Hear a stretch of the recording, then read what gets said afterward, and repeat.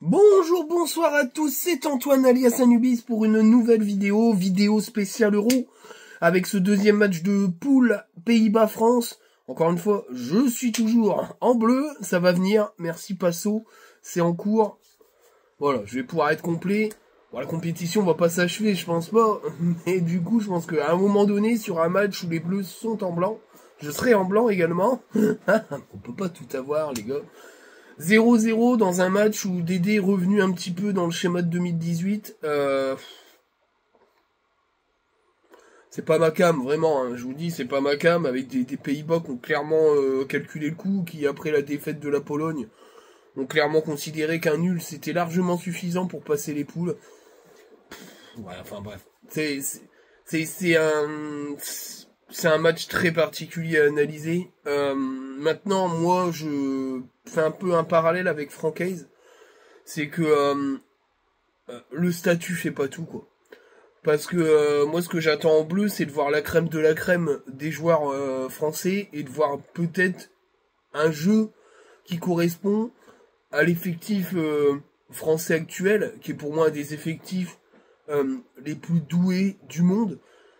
Pour moi, toujours s'asseoir sur Deschamps, il a fait 3 finales en je sais pas combien d'années, ouais, bah c'est bien, mais il en a gagné qu'une, et au final, au regard du niveau de la durée dans le temps de cette génération qui a enchaîné banger sur banger, et qui peut être la génération dorée la plus longue de l'histoire de l'équipe de France, pas la plus longue de l'histoire du foot, parce qu'au final, les générations brésiliennes ont été monstrueuses pendant des décennies. Euh, Moi, je trouve que c'est peu.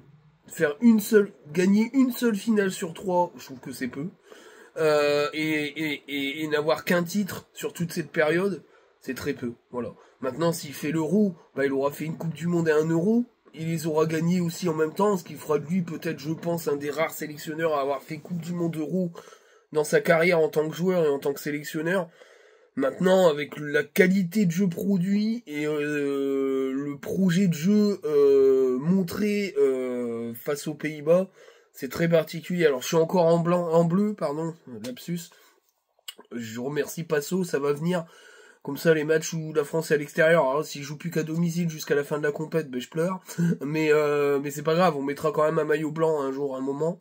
Il va arriver, voilà. Je pensais qu'il jouait à domicile dans le tirage au sort, mais non, en fait, ils jouent à l'extérieur aussi, ils sont en blanc. Bah, c'est comme ça, hein, on n'y peut pas grand-chose. On n'y peut pas grand-chose, mais ça va venir. Ça va venir, je leur remercie beaucoup. On va commencer par la compo, avec McMaignan dans les buts, le duo Upamecano-Saliba en charnière centrale, à droite, Jules Koundé, à gauche, Théo Hernandez au milieu de terrain. Alors c'est un peu particulier parce que c'est un peu c'est un petit peu une configuration 2018 avec un Rabiot qui fait un peu le rôle de Matuidi, Kanté et Tchouaméni en milieu de terrain défensif un peu libre. Et puis on va dire Antoine Griezmann en soutien de l'attaquant qui est Thuram. Et puis un ailier droit spécialiste du poste, puis peut-être l'un des meilleurs joueurs en 1 contre 1 sur le papier, Dembélé. Voilà. Qu'est-ce que j'ai pensé de cette compo? Bah j'aime pas du tout, hein. J'aime pas du tout cette compo, parce que pour moi la compo de 2018 c'est une négation du foot. Cette compo est aussi une négation du foot. Quel intérêt de prendre un petit Barcola pour se retrouver avec Rabiot à faire le rôle? Moi je pense sincèrement que Deschamps déteste peut-être le déséquilibre, mais il déteste surtout que ça soit trop offensif. Je dis pas que le jeu le jeu de la France est un jeu défensif, parce qu'on est capable de construire de très belles actions, c'est pas le problème. Mais c'est que la compo, elle est pas faite pour prendre des risques. Et le souci, c'est que ça nique le foot, quoi. Ça nique le foot.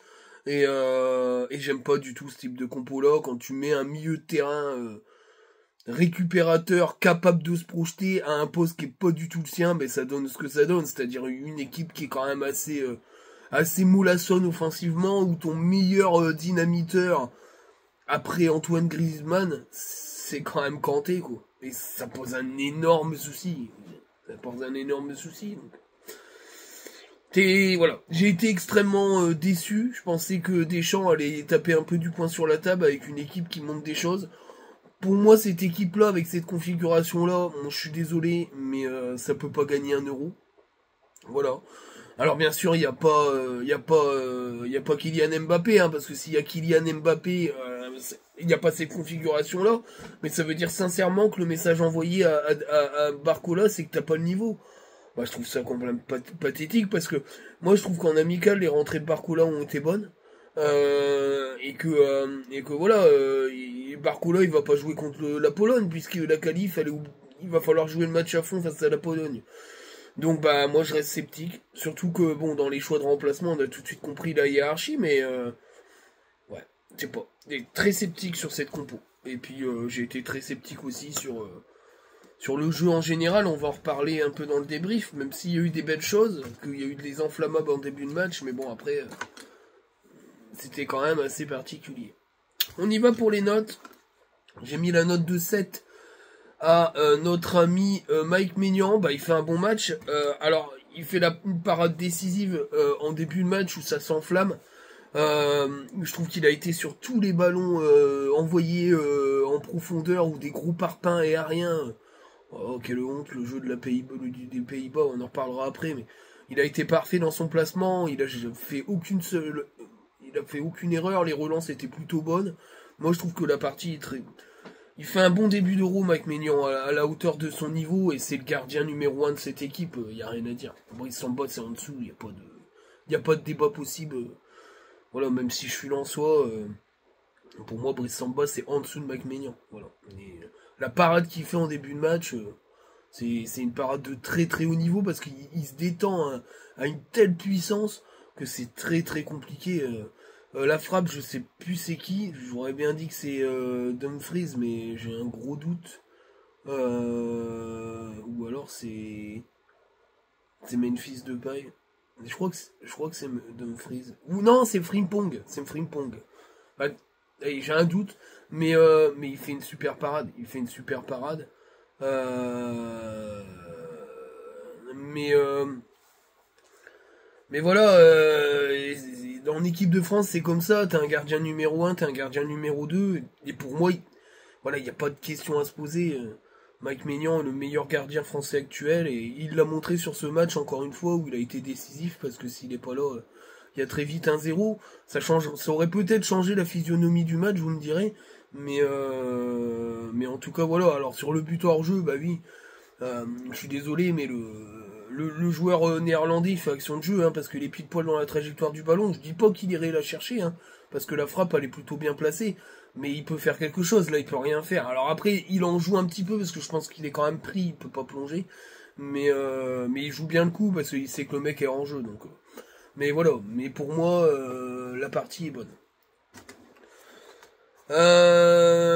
J'ai mis la note de 5 à Upamecano, bah c'est pareil, moi je trouve que pour moi c'est derrière Konaté, clairement. C'est derrière Konaté. Moi je l'ai pas trouvé très serein. Il y a pas mal de relances un peu ratées. Dans ses montées balle au pied, il est pas rassurant du tout. Sur des deuxièmes ballons de corner, les remises, elles sont dégueulasses. Défensivement, bien sûr, hein, il fait ce qu'il y a à faire sur des actions chaudes. Mais pour moi, c'est pas au niveau d'un défenseur de l'équipe de France. Voilà. Quand on connaît ce que c'est qu'un défenseur de l'équipe de France et ce qu'il apporte dans le jeu de l'équipe de France avec Deschamps, parce que c'est quand même important, bah il est pas au niveau. Voilà, il est pas au niveau. Par contre, j'en ai un qui a été au niveau, c'est Saliba. Il a fait un très bon match. Moi, je l'ai trouvé taille patron. Match de bonhomme. Il en a récupéré des ballons. Il a été en coupé des trajectoires. Il en a été faire des sauvetages. Il a pas eu peur de la vitesse des attaquants néerlandais parce que c'est quand même 2 ou 3 dragsters assez puissants. Il a pocket totalement Memphis Depay qui a disparu du match très rapidement. Et je trouve que dans l'apport, dans les relances, il a été très propre. Bah William Saliba, voilà, c'est lui un défenseur titulaire de l'équipe de France. Il n'y a aucune contestation possible là-dessus. Et voilà, il est en train de prendre le flambeau de Raphaël Varane et voilà, William il montre que son niveau en première ligue n'est pas usurpé et que c'est le meilleur défenseur français actuel. Voilà. Rien à dire là-dessus. J'ai mis la note de 6 à Théo Hernandez. Match correct. En fait, le problème, c'est que il est un peu bridé par le fait qu'il y ait Rabiot devant lui. Je trouve du coup que l'apport offensif était quand même assez limité, mais au moins lui, il s'est projeté. Je trouve qu'il est orphelin de son frère. J'ai l'impression.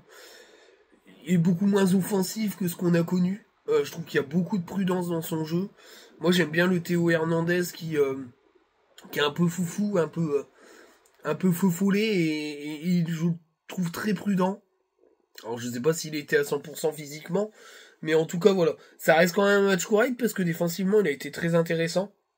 Mais j'en attends plus offensivement. Voilà. Dans la qualité des centres, dans la qualité des projections. Maintenant, vu comment les Français attendaient très bas les Pays-Bas, c'était un peu compliqué. Surtout quand t'as un milieu de terrain défensif devant toi en ailier. Mais voilà, ça reste quand même correct. Mais j'attends un petit peu mieux de Théo Hernandez. J'ai mis la note de 5 à Jules Koundé. Bah ouais, parce que alors, défensivement, y a rien à dire. Jules Koundé est un très bon défenseur. Il fait partie des meilleurs défenseurs français. Y a rien à dire. Maintenant, c'est un défenseur central de formation. Ça se voit tout de suite. Parce qu'il a rien à foutre sur un côté. Et offensivement, c'est zéro. C'est zéro. Son apport, il est zéro. Il y a eu une ou deux fois où il a peut-être été intéressant, mais c'est trop peu dans un match. Comparé à Théo Hernandez, c'est cataclysmique offensivement. Donc c'est compliqué en vrai de pouvoir mettre une bonne note à Jules Koundé, mais à sa décharge, c'est pas son poste. Il a rien à foutre en latéral droit. Maintenant, c'est un choix de Deschamps parce que il veut un défenseur. Il veut pas un piston. Donc tu verras pas Jonathan Klaus de tout l'Euro si on n'est pas mené. Voilà. Si à la 62e on est mené, il fait rentrer Jonathan Klaus. Mais si on n'est pas mené, Jonathan Klaus il fera aucune minute de cet Euro. Je dirais peut-être même la même chose de Barcola, mais voilà. Mais Jules Koundé c'est pas du tout un joueur qui participe. C'est pas un latéral droit total football, clairement. Mais bon, c'est comme ça, c'est Deschamps, il a toujours fait ça, donc il continue, hein, c'est la DD, hein, c'est la DD Dutch, c'est le DD Ball. Pas fan du tout. Bon, c'est comme ça. Hein. Chouamini, j'ai mis la note de 5. Moi, je trouve son match moyen. Je trouve qu'il n'arrive plus à reprendre ce niveau-là de cette équipe de France de la Coupe du Monde où je l'avais trouvé très bon. Il a peiné en première mi-temps, il a été fantomatique avec pas mal de pertes de balles. Il a remonté en puissance à partir de la deuxième partie de la deuxième mi-temps, mais c'est pas assez. Il prend aucune prise de risque. Le Chouamini que je connais aurait au moins tenté une grosse frappe de l'extérieur de la surface de réparation parce qu'il a le niveau pour le faire. Il est capable d'envoyer des pralines. Moi, je le trouve extrêmement timide. Maintenant, est-ce que c'est aussi des consignes du coach? C'est peut-être sûr. C'est peut-être ça. Mais ça me semble limité. Ça me semble limité quand même. Maintenant, s'il joue avec 3 milieux de terrain défensifs, c'est sûr qu'il est titulaire, Chouameni. Il n'y a pas de question à se poser. Mais sincèrement,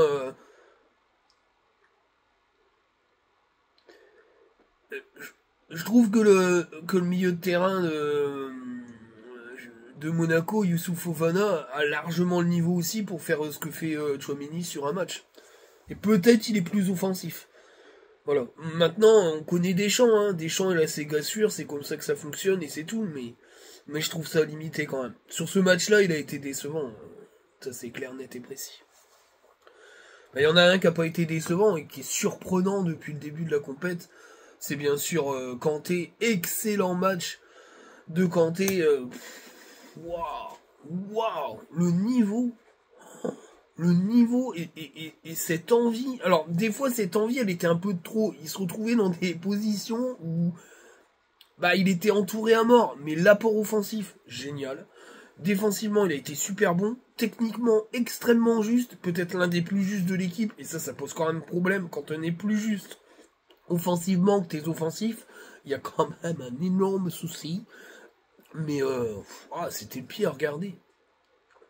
Ça me fait penser au gars, c'est à toute proportion gardée, mais ça me fait penser au mec, ça me fait penser à un match quand j'étais plus jeune où j'avais un pote un peu qui était un peu comme moi, un petit trapu. Petit coucou à Alexandre si il voit la vidéo. Ça me fait penser à un match quand j'étais jeune. Alexandre, c'était il jouait milieu de terrain, mais il était pas, il était souvent dans un rôle où il était dans la densité et un jour, on a joué dans un autre système de jeu, je me souviens, avec le formateur, et Alexandre s'est retrouvé en électron libre. C'était Zidane. Il était toujours tout seul, il avait toujours du champ devant lui, il faisait ce qu'il voulait avec le ballon, et Alexandre était plutôt très bon avec le ballon. Mais ça m'a fait penser à ça quand j'ai vu Kanté, alors c'est toute proportion gardée, hein. Mais il faisait ce qu'il voulait avec le ballon, Kanté. Il était toujours dans les positions libres parce qu'il était vachement libéré par le système qui offrait un peu un no man's land au milieu. Et Kanté, régalade. Mais il a un niveau. Enfin, franchement, je pensais qu'il allait se perdre là-bas chez les richots du pétrole. Mais voilà, pour moi, hein, Kanté peut revenir en Europe quand il veut. Il a sa place dans n'importe quelle top équipe du championnat des 5 grands championnats européens. Il a largement le niveau maintenant. Bon, je pense qu'il y a des choix personnels, etc. Mais en tout cas, c'est sûr que c'est Dédé, il a toujours ses coups qui les sent, les mecs. Mais clairement, le match, il a peut-être encore été meilleur que contre l'Autriche. Même sûr. Ça a été le meilleur joueur de l'équipe, mais ça pose quand même un problème quand t'as un vivier offensif de ce niveau-là et que ton meilleur joueur c'est un milieu de terrain ou défensif qui fait tout ce qu'il veut avec le ballon. Pour moi c'est pas normal. C'est pas normal, mais sa prestation elle est XXL. Une autre très bonne prestation c'est celle de Grisou qui avait un rôle hybride milieu de terrain, deuxième attaquant. Il adore ce poste. C'est son meilleur poste. C'est pour moi à ce poste-là qu'il est le meilleur. Voilà. Pour moi c'est ça. J'ai trouvé très bon dans la récupération du ballon, dans la distillation du ballon. Bien sûr, il a deux grosses occasions. La première, il est un peu surpris de l'altruisme de Rabiot, parce que je pense que Rabiot doit jamais la donner, il doit envoyer une praline. Et puis sur la deuxième, la passe de Kanté, qui a été excellent, qui met une jolie passe. Il a un peu surpris de l'angle du ballon. Il se retourne, après il y a une belle parade du gardien, parce qu'au final elle est cadrée. Hein. Si le gardien il fait pas la parade de la jambe, il y a but. Hein. Mais l'ensemble de la prestation est très bonne. Il doit peut-être un peu mieux tirer ses coups de pied arrêtés, mais j'ai beaucoup aimé ce Griezmann là. Pour moi, il faut qu'il reste à ce poste-là. Maintenant, comment construire ton front d'attaque avec ça? C'est vrai que moi j'ai ma petite idée. Mais sincèrement, c'est une très bonne partie. C'est une très bonne partie. Ah bah, là où c'est pas une bonne partie, c'est Dembélé, hein. J'ai mis la note 2-3, hein. Il fait un mauvais match. Alors je dis pas un très mauvais match, parce que peut-être pas... S'il avait pas fait la fin de match, j'aurais mis 2. Mais en fin de match, je trouve, il a été meilleur. Il a montré des choses, mais tu joues pas 10 minutes dans un match, quoi. Donc c'est un mauvais match. Toute la première mi-temps, il a rien foutu. Il a été plus faible de l'équipe. En deuxième, il a monté un peu de niveau, mais je suis désolé, tu pars de trop loin. Et puis tu finis par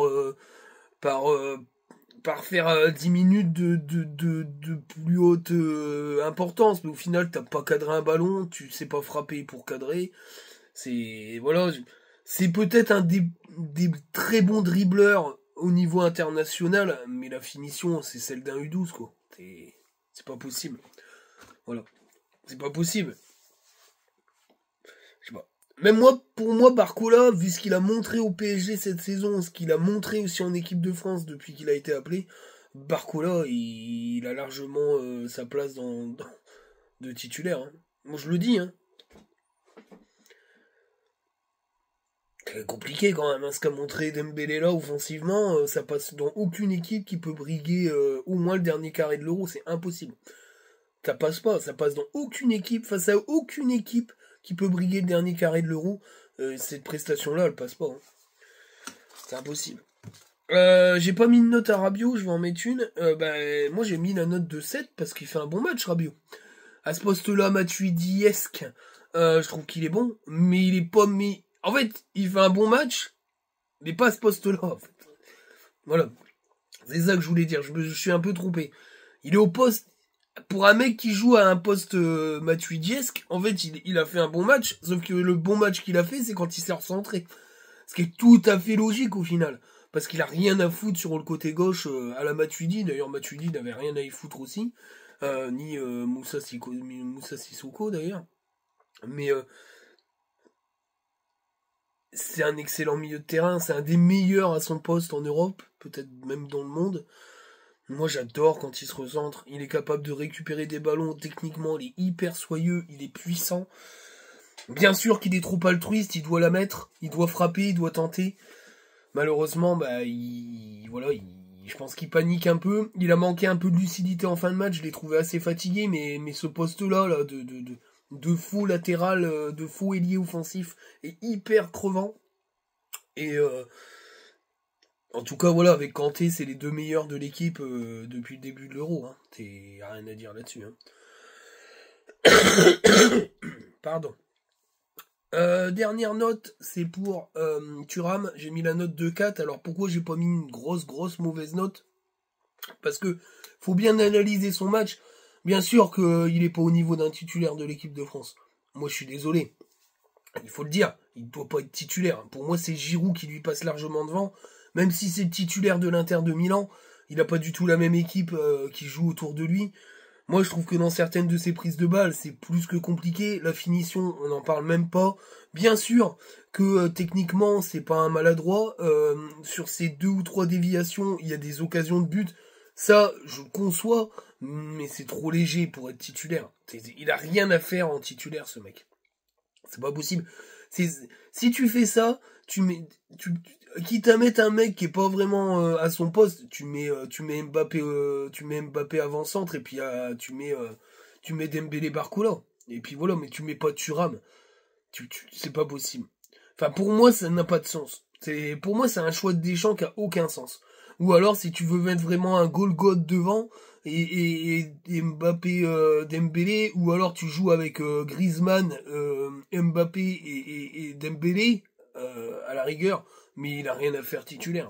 Et pour moi, dans cette configuration-là, c'était Giroud qui devait être titulaire. Voilà, c'est Giroud qui doit être titulaire. Donc voilà, pour moi c'est un non-sens. Maintenant, il a pas été ridicule, mais il est trop faible pour ce niveau-là. C'est mon regard, hein, c'est mon regard. J'ai mis la note de 6 à Giroud. Moi, je trouve qu'il fait une entrée correcte. Il fait une jolie déviation de la tête, bon, qui est pas reprise par Griezmann, mais j'ai trouvé qu'il a été plutôt intéressant dans son entrée, même si ça n'a pas été spectaculaire.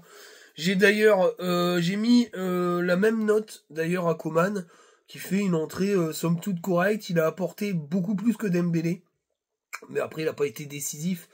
Il n'a pas eu ce frisson là, mais il a apporté un peu plus de contenu en termes d'efficacité, dans le sens où ses courses vers l'avant ont provoqué quelque chose que Dembélé, ça a été très très très compliqué pendant 80 minutes, donc c'est quand même une entrée correcte. Je mets pas une bonne entrée parce qu'il n'y a pas eu de gros trucs non plus, mais c'est pas une mauvaise entrée, c'est une entrée correcte. Moi j'ai mis la note de 3 à Deschamps. Moi je trouve que c'est un mauvais match. Ses choix tactiques sont éclataxes. Moi j'ai horreur de ce dispositif-là. Moi je trouve qu'il a été extrêmement frileux. J'y mets 3 aussi parce que quand t'entends l'interview en fin de match, il dit qu'il a pas fait rentrer Barcola parce qu'il hésitait. Mais t'hésites de quoi, mon gars? Non mais en vrai, là moi pour moi, t'es pas plus vindicatif que les Pays-Bas. Moi je suis désolé, ça a été un match qui a duré 15 minutes. Je vais en parler dans le débrief. C'est au niveau des Pays-Bas, avec un peu plus peut-être d'envie, mais clairement, dire que t'hésites à faire rentrer Barcola, voilà le message que t'envoies à Barcola, hein, ça fait peur. Hein. J'ai mis la note de 2 aux Pays-Bas, ouais, c'est un très mauvais match, enfin, c'est honteux hein, le match déployé. Je veux dire, on est loin des Pays-Bas, pays du foot total, c'était le désastre. Hein. Ils ont joué 15 minutes, ils ont dit ouais c'est bon, nous un point ça nous va, ils ont forcé rien du tout, ils se sont dit sur une contre-attaque, sur 3 ou 4 passes avec une accélération de Frimpong ou de Xavi Simons ou de Memphis Depay, ça va passer. On va faire rentrer Weghorst en fin de match sur un corner ou un coup franc, on peut les niquer. C'est exactement le match, c'est honteux. Mais qu'il va falloir qu'ils fassent très attention parce que ces Pays-Bas-là, ils sont même pas sûrs d'aller plus loin que des huitièmes ou des quarts. Hein. Clairement, c'est pas au niveau. Hein. C'est pas au niveau. Nous, on a quand même une marge de progression puisqu'on n'avait pas Mbappé sur le terrain et qu'on a quand même de la matière. Moi, je suis désolé, mais ces Pays-Bas-là, ils vont pas pouvoir se contenter de faire ça. La charnière centrale est comment dire, est hyper lente. Même si Virgil van Dijk est quand même il a gardé quand même son très bon niveau. Je trouve, parce que ça a été un des meilleurs de l'équipe dans la récupération des ballons. J'ai pas vu un joueur des Pays-Bas, franchement, être au-dessus du lot, même si Xavi, c'est dur à dire, hein. Je vais dire Simons, j'arrive pas à le dire. Simons, il a montré quelques bonnes choses, mais c'est pareil, c'est l'externe, l'espoir, il a beau avoir de la barbe, ça reste un bébé, mais voilà, il y a personne qui m'a transcendé dans cette équipe sur ce match. Personne. Même Riders, je trouve que ça a été quand même assez compliqué, mais voilà, c'est pas à la hauteur d'une nation comme les Pays-Bas, c'est un match, qu'il faut aller se battre, quoi. Ça, je veux dire, il reste un troisième match, et le meilleur troisième, il est qualifié, ils ont 3 points, je veux dire, il y a plein d'équipes qui n'auront pas 3 points, voire même limite 4. Tu joues tout sur le dernier match, où tu t'affrontes l'Autriche, de toute façon, l'Autriche, ils vont leur rentrer dedans, hein, parce que les Autrichiens, ils peuvent mettre 6 points et être qualifiés. Donc voilà, la Pologne c'est fini, ils sortent de l'Euro, mais y a un match à jouer, les Polonais ils vont tout donner, Lewandowski il va rentrer, je pense qu'il sera pour le match, nous on va s'amuser, hein. Donc ben voilà, Dédé il va faire quoi? Il va laisser encore Mbappé sur le banc? Ben là il pourra pas, hein. Si Mbappé il va péter un plomb sur le banc, il était fou, il allait péter un casque. Donc je pense que il va pas avoir le choix, Dédé va devoir mettre la grosse équipe. Il va devoir mettre la grosse équipe. Maintenant, faut voir qui joue en huitième. Je sais pas qui ils peuvent rencontrer. Si je crois que s'ils sont premiers, ils rencontrent le deuxième du groupe du Portugal, là, c'est ça. Et s'ils sont pro deuxième, ils rencontrent le premier du groupe de la Belgique. Si je dis pas de conneries. Je crois. Je raconte peut-être des conneries, je ne sais plus. Faudra que vous me disiez dans les commentaires. Ah, mettez des commentaires quand même. Non, je taquine. Mais mais voilà, mais c'est indigne. C'est pour moi c'est indigne c'est un match indigne de deux grosses équipes du niveau mondial. Parce que les 15 premières minutes, ben là on va passer directement au débriefing. Les 15 premières minutes, elles sont au niveau. Moi j'ai dit putain le match de fou. Il y a deux énormes occasions, une de Frimpong ou c'est Frimpong ou Dumfries, un des deux. Vous me direz aussi dans les commentaires qui fait très vite chauffer Mike Maignan qui fait une superbe parade. Derrière il y a Griezmann qui envoie un missile qui est vachement bien détourné par le jeune portier néerlandais. Il est vachement bon, jeune portier là. Il a été décisif et formé en Belgique. Je crois qu'il est formé à Anderlecht si j'ai bien compris. Mais je ne connaissais pas du tout. C'est vrai que c'est assez étonnant quand tu vois le vivier des gardiens néerlandais. C'est vrai que bon, mais il a été impressionnant. En tout cas sur cette frappe de Griezmann, il a été très bon et ça a joué 15 minutes. Et après, je pense que les Pays-Bas ont dit ouais c'est bon, hop, vous viendrez nous chercher. Et puis les Français, la strat était claire. Ils les attendaient à 40 mètres de leur but. Des buts des Pays-Bas, hein, pas des nôtres. Hein. Mais je t'ai dit, ouais, ok. Mais elle était longue, la première mi-temps. Après, les 15 premières minutes sont passées vite. Et après, c'était long. J'ai regardé. Je dis, ah putain, ouais, il y a encore, il y a que 30 minutes. J'ai dit, mais what? Non, c'est pas possible, quoi. C'est pas possible. Donc, c'était pas gérable. C'était pas gérable. Mais, c'est compliqué, hein. C'est compliqué. Donc c'est vrai que j'ai été un petit peu déçu de cette première mi-temps. Je me suis dit en deuxième, ils vont remettre un coup, et en fait, la deuxième mi-temps, je l'ai pas trouvée plus excitante. On a été très faible dans l'animation offensive. Et j'ai trouvé que les Néerlandais, au contraire, avaient repris un peu du poil de la bête. Ils se sont dit, on va les niquer sur une action. C'était clairement le jeu des Hollandais. Ça a failli arriver avec cette frappe de Xavi Simons. On les avait pas vus toute la deuxième mi-temps. Hein. C'était quand même terrible. Nous, on a deux belles occasions en première. En deuxième, je trouve qu'on on a quand même été extrêmement prudent. Et bon an, mal an, bah, je trouve que on s'est satisfait de ce match. Même si sur les 10 dernières minutes, on essaye d'accélérer un peu parce qu'on sent que les Pays-Bas, ils se satisfassent de ça et qu'ils vont pas vraiment jouer le jeu. Mais je trouve que c'est très faible, quoi. C'est très faible. Et au final, ça fait un 0-0 totalement logique entre deux équipes qui ont été décevantes. La conclusion de ces deux premiers matchs de poule, c'est qu'on est toujours en lice pour être premier du groupe, mais qu'on n'a pas marqué un but dans le jeu. On est solide, on est très solide défensivement. Mais ça a toujours été un peu la marque de fabrique de Deschamps. On est un groupe compact. C'est vrai, moi je suis d'accord avec Riolo et c'est très rare.